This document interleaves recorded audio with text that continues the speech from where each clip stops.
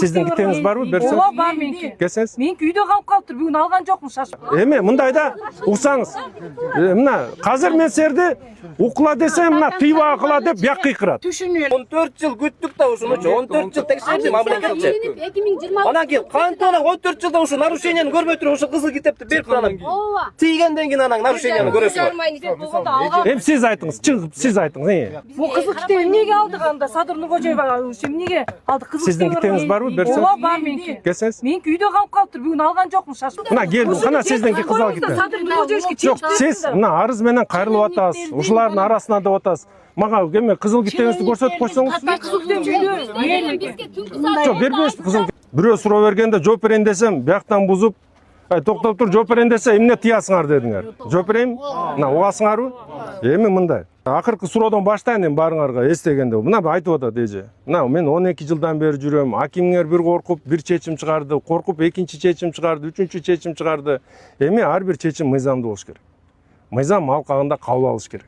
Себеп дегенде акыркы мен эмнеге соттун чечими менен чыксын келебиз дедик. Соттун чечими, областтык соттун чечими силердин арызыңарды кабыл алган жок, туурабы? Алар айтты, биз канааттандырылган жок. Силердин жанакы талабыңар чечимди, акыркы чечимди жокко чыгаруу боюнча биз карабайбыз деп. Анан бул жерде чоң кыз айтып атты, мен билем кимиңер айтып аттар, туура маселени көтөрүп атат. Ал айтып атат, жер укугун бир да чечим жокко чыгара албайт. Бир гана сот ар бир жер ээсин укугун аныктап алат деп атат. Соттун бүгүн чечими силердин укугуңарды жокко чыгаруу боюнча жок да.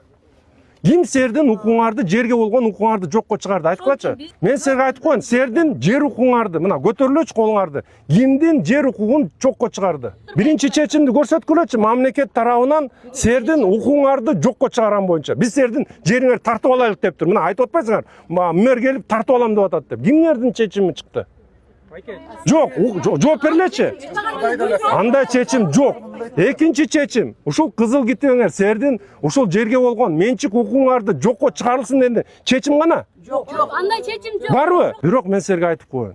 Ушул жерге келип, силердин араңарга отуруп алып, дүрбөлөң салып, биздин жерибизди алып алыптыр, биздин жерибизди тартып алыптыр деген маалыматтар бүт жалган. Жана провокация катары караш керек.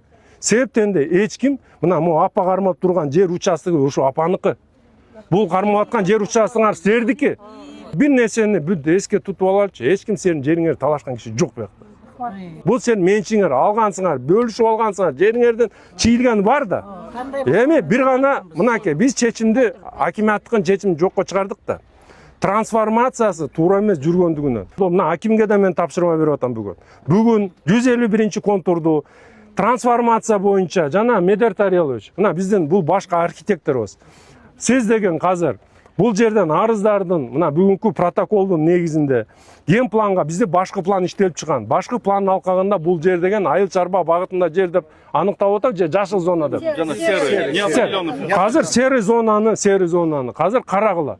Бизде Бишкек шаарында биз айтып атабыз, көп кабаттуу үйлөр курулуш керек. Эгер биз бияка 600 үй бүлөнү батыра турган болсок, көп кабаттуу үй курулса 6000 кишини батырса болот. Ошондуктан биз айтып атабыз, элиңин сактап, казыр ген планга өзгөртүүлөрдү киргизүү менен, мына бизден жанакы ошо иштеп чыккан эксперттер бар да, ДЖС болбойт. Бизде Бишкек шаарында казыр жүргүзүлүп аткан саясат боюнча көп кабаттуу үйлөрдү курула турган негиздемелерди бергил. Мен айттым, силердин укугуңар сакталат. Эч ким силердин жериңерге ээлик кылбайт. Эч ким силердин жериңерди тартып албайт. Жер силердики. Бирок багыты бүгүнкү күндө шаар деген кепейип, момтөбөлүк кичинекей тамдарга айланбай, шаар деген шаар болуш керек да.